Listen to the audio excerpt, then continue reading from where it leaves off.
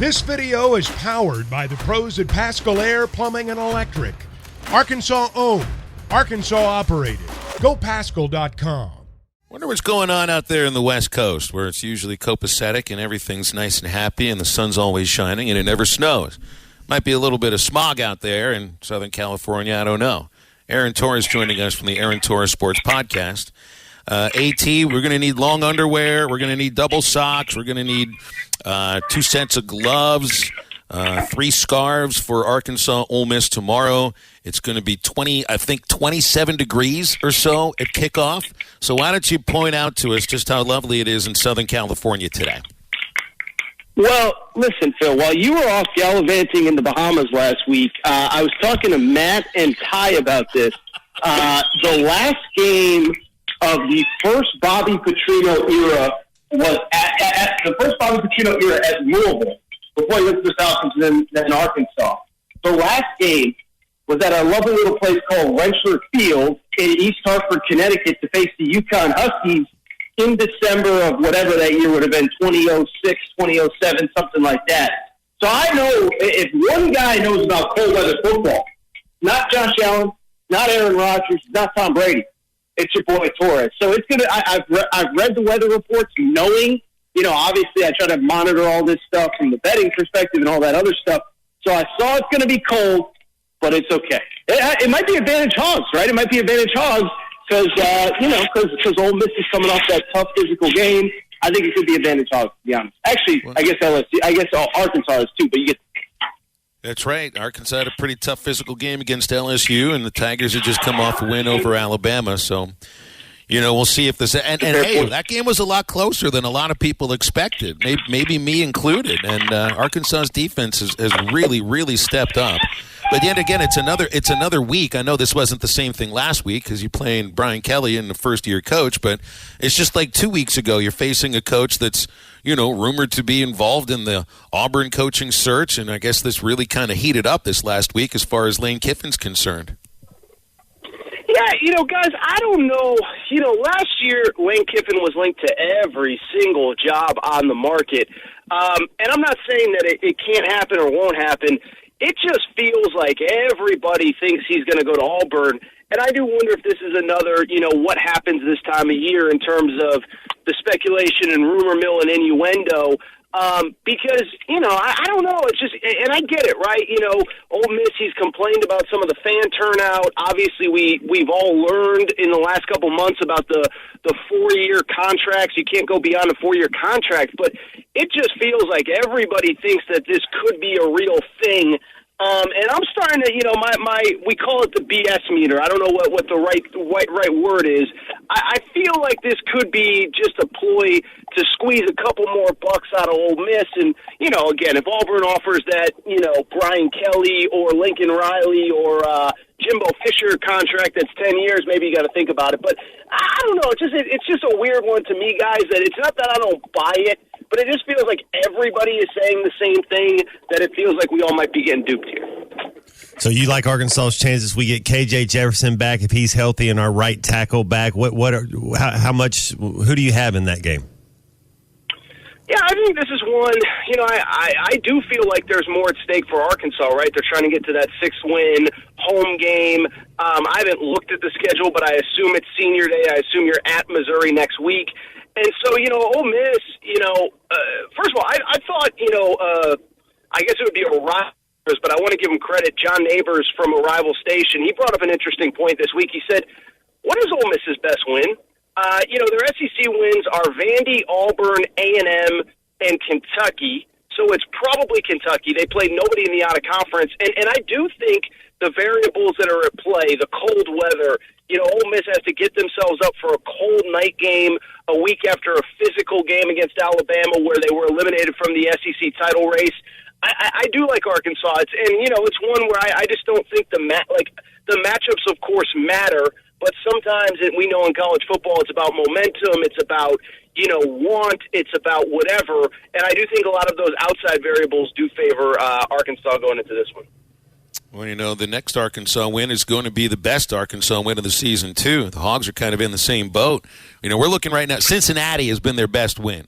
But I don't think if you're an SEC team, you want a non-conference game to be your best win. You want it to be in your division. Well, South Carolina's bet looks better now, but when we played them that game, man, they looked like they didn't even go through camp. I'll tell you, I'm a big. I think Shane Beamer. I think he's largely full of it. I'll be honest. I think if you ask fans, I don't know what the fans would say. You guys would know better. Shane Beamer's an interesting one, right? Like, all of his big wins, there's like a little asterisk next to all of them, right? Like, last year he kind of builds the entire bowl resume off of beating Dan Mullen a week before he gets fired, beats Auburn right as they're falling apart under Brian Harsin. This year, their best win, and I could be mistaken, but, they beat Kentucky without Will Levis. They beat Texas A&M in a game where they were literally outscored after the first 10 seconds of the game, the first play of the game. There's something, I don't know. I talked about BS meter before. I don't know. There's something about that guy that rubs me the wrong way. So you're probably right, Phil. It is probably Cincinnati. I know South Carolina's bowl eligible, but they got smacked by Florida last week. So you're probably right, though. You're probably right. Looking around at some big games this week, I guess, does Illinois have a chance at Michigan? Well, it'll be the best run defense that Michigan's seen all year. And, Michigan is like they just don't want to pass the ball ever under any circumstances. I thought, a buddy of mine, Joel Klatt, I thought he brought up an interesting point is for, I think, Ohio State and Michigan. I do think there are some things like you got to work on this week. And I don't think Michigan going against Ohio State can expect to just do what they've done, which is literally run the ball at a clip unlike basically anybody in college football, third in rushing yardage behind only the two service academies, Army and Air Force. And then in terms of rush attempts per game, I forget the exact number, but they're behind A&M, they're behind Kentucky, they're behind these teams that love to run the football. So, I don't think Illinois can win. I think they can win. I don't think they will win. But I wonder if Jim Harbaugh, and he probably won't because he's stubborn, but I wonder if he's willing to take an uglier win to maybe work on some stuff to get ready for next week. Because it feels like, man, we've been sitting there all year with Michigan. I love Michigan. I love Harbaugh. But, he's been sitting there all year. We're waiting for them to say, okay, at some point you really got to open things up because you're going to play Ohio State. You're going to potentially play somebody in the playoff. And he just refuses to do it. And maybe he's going to grind his way to a Big Ten championship again. But I think that's the interesting variable for me, Matt, is what is he willing to do from the passing game perspective this week, because I don't think the way they're playing will be enough to beat Ohio State on the road. Maybe I'm dead wrong. And I think that's the most interesting variable in that game for me. Judging on Illinois' ability to hold on to the football, the way that they've defended the run, the way they've run the football, I see Illinois plus 17.5 on the Bet Saracen app. I'd think about taking the Illini in that one. But I want to ask you. I want to ask you, AT, about another really big Big Ten game at the Rose Bowl. USC, UCLA. It's a great Big Ten matchup, which basically is the Pac-12's last opportunity to get into the playoff as well. It's, one, I feel bad for the Pac-12. They just can't have nice things. I was on air for both the UCLA and Oregon games. Like, I was literally on air reacting in real time. One, this is like a legitimate rivalry. It'll be interesting. The UCLA stuff is so interesting with the turnout, the fan turnout. I think it'll be mostly USC fans. I don't know mostly, but it'll be a lot of USC fans. And what I think is interesting, I don't think people know this, geographically, USC's campus is actually closer to the Rose Bowl than UCLA's is, which is part of the reason why UCLA never gets fans there. But I bring it up because I think it's going to be basically a neutral site, like a good neutral site game. But I do actually like UCLA to end USC's, playoff hopes, basically, in the Pac-12's playoff hopes, which would be very vintage Pac-12, to go into mid-November with three teams, in the playoff conversation and end November with zero of them. I just think, everybody kind of liked the physicality of UCLA up until last week, and then everybody bailed. And I think USC, you look at them, and the problem that we've been worried about all year is depth, the front seven.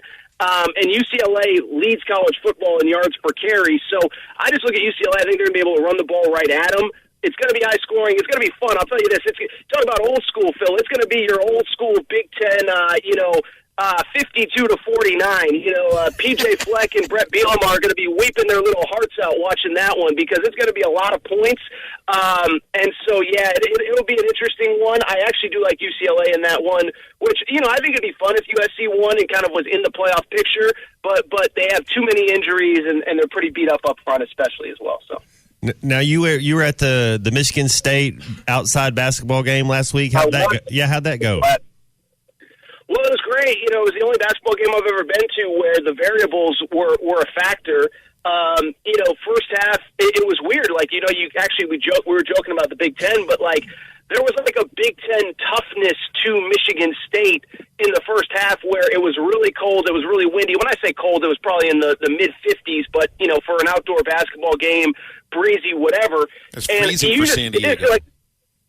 San Diego gets cold tonight. It was probably, whatever. But the point is that it was the first half, it was just like Michigan State just wasn't bothered by the elements, and then kind of in the second half, Gonzaga was like, oh, we got to kind of deal with this, and they pulled away. But I thought it was great, obviously being on Veterans Day, including the military. It was mostly all military personnel that were at the game.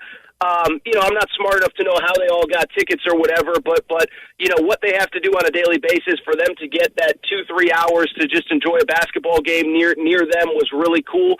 So it was a really fun event for me to cover. It was a really interesting game. By the way, really quick, I know we got to go. How we feeling with Maui next week? You guys headed to Maui or what? That was the next question. I'm not headed to Maui. Matt and Matt are not headed to Maui. We'll just be watching. And the Hogs have looked really good against the three teams they've played, two of the Dakotas and Fordham, but now playing much better competition. And I mean, the first team up is Louisville, and Louisville is a weird 0-3 with 3 1-point losses to mid-major programs, including a real small school inside their own city in Bellarmine. So. I mean, what's been impressive about this Arkansas team, though, Aaron, is that they are defenders. Oh, my God, are they defenders? And they are rim attackers. And you obviously saw the dunk of the year coming from Trevin Brazil, in which everybody's been talking about that from 2 nights ago. Oh, yeah, no, I definitely saw it. I'm just fascinated to see them. I do think they'll get by Louisville. I thought it was interesting.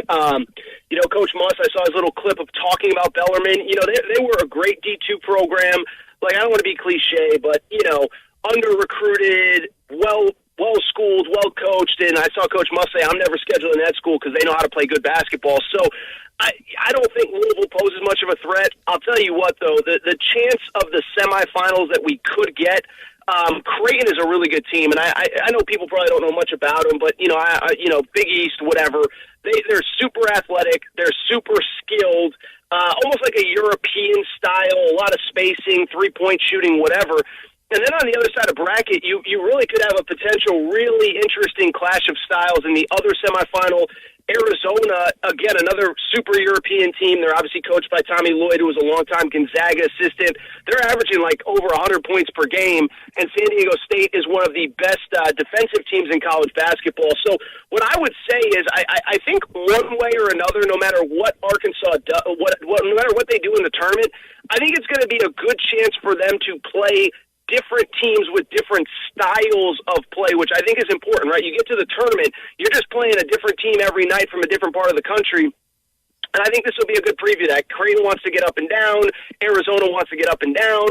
San Diego wants to grind it down. Obviously, I think Louisville will probably try to keep Arkansas in the half court and slow things down. So I'm really excited. I'm just really excited to not only see the Hogs, but to see really those 4 teams against good competition. Texas Tech is interesting as well. It's going to be a really fun event. I do think Arkansas got a little bit of a break on the draw. It sounds crazy to say that about Louisville, but I don't think they can compete in round 1. But starting on Tuesday, which, by the way, is my sister's birthday, so don't tell her if I show up late to her birthday party. I'm supposed to see her Tuesday night because we might have Hogs Jays there at whatever time it would be, and I can't wait for that one. Football is back, and BetOnline remains your number one source for all your football betting needs this season. You'll find the latest odds, matchup info, player news, and game trends. And as your continued source for all sports wagering info, BetOnline features live betting, free contests, live scores, and giveaways all season long. Always the fastest and easiest way to bet on all your favorite sports and events like MLB, MMA, tennis, boxing, and even golf. Head to betonline.ag to join and receive your 100% welcome bonus with your first deposit. Make sure to use the promo code BELIEVE to receive your rewards. That's BLEAV. Bet Online, where the game starts.